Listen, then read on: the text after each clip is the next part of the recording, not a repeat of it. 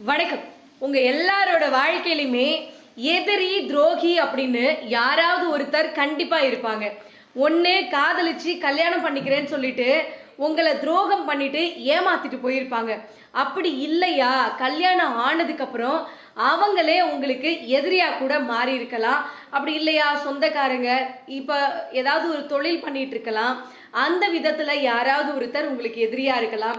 இப்படி ஏதாவது ஒரு விதத்தில் உங்களுக்கு எதிரியா இருக்கிற ஒருத்தவங்களை நீங்கள் பழி வாங்கணும் அப்படிங்கிற எண்ணத்தோட இருக்கீங்க அப்படின்னா இந்த வீடியோ பதிவை முழுசா பாருங்க. கண்டிப்பா நீங்க பழி வாங்கிடலாம்.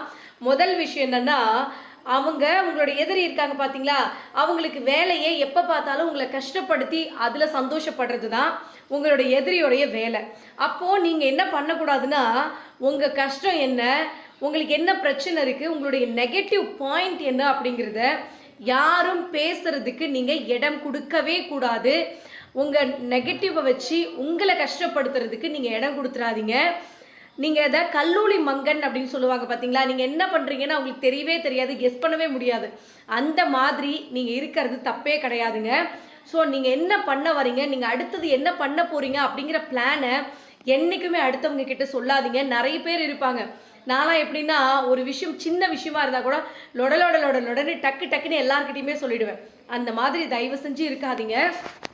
அதாவது நீங்கள் ஏதாவது ஒரு விஷயத்தை செய்யணும்னு நினச்சிங்க அப்படின்னா, நீங்கள் அதை மற்றவங்க கிட்ட சொல்லும்போது அது வேறு மாதிரி பிரிஞ்சு அந்த விஷயம் நீங்கள் செய்ய முடியாத அளவுக்கு கூட போகிறதுக்கு வாய்ப்பு இருக்குதுங்க.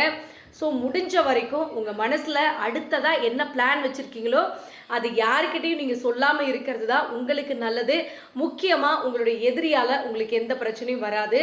ஸோ உங்களோட வேலையை மட்டும் நீங்கள் பாருங்களேன். சிம்பிளாக சொல்லணுன்னா, நீங்கள் வாயு அடிக்கிறதோ இல்லை தம்பட்டம் பண்ணுறதுனால உங்களுக்கு யாரும் பெருசாக அவார்டு தூக்கி கொடுத்துட மாட்டாங்க. உங்களுடைய சாதனைகள் எல்லாமே உங்களுடைய செயல் மூலமாக காட்டுங்க. அதை விட்டுட்டு நான் அதை பண்ண போகிறேன் இதை பண்ண போகிறேன்னு சொல்லி நீங்கள் சொல்கிறதுனால உங்களுக்கு நீங்கள் பண்ண போகிற விஷயத்தை கெடுக்கிறதுக்கு தான் நிறைய பேர் நினைப்பாங்களே தவிர, வாவ் சூப்பர் நீ இதை பண்ணுறியா, நான் உனக்கு ஹெல்ப் பண்ணுறேன் அப்படின்லாம் இங்கே யாரும் நிறைய பேர் சொல்ல மாட்டாங்க. ஞாபகம் வச்சுக்கோங்க, என்றைக்குமே அடுத்தவங்களை பழி வாங்கணும், துரோகிகள் இப்படி இருக்காங்க அப்படின்னு யோசிக்க உங்களுடைய வாழ்க்கையில் நீங்கள் உங்களுடைய சந்தோஷத்தை உங்களுடைய நேரத்தை இழந்துக்கிட்டு இருக்கீங்க அப்படிங்கிறது தான் உண்மை.